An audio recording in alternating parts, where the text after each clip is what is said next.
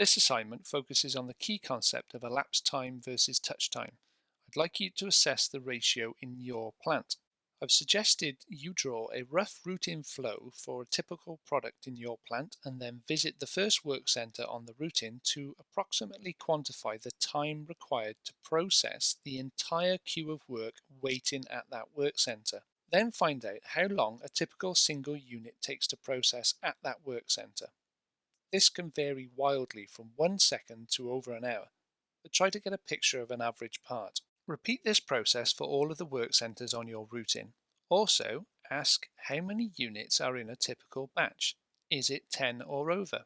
If the answer is yes, then it is likely that the ratio of touch time to elapsed time is at least 1 to 9. The answers to these questions will give you some insight into how your plant operates. Feel free to contact me with any questions you have about your findings.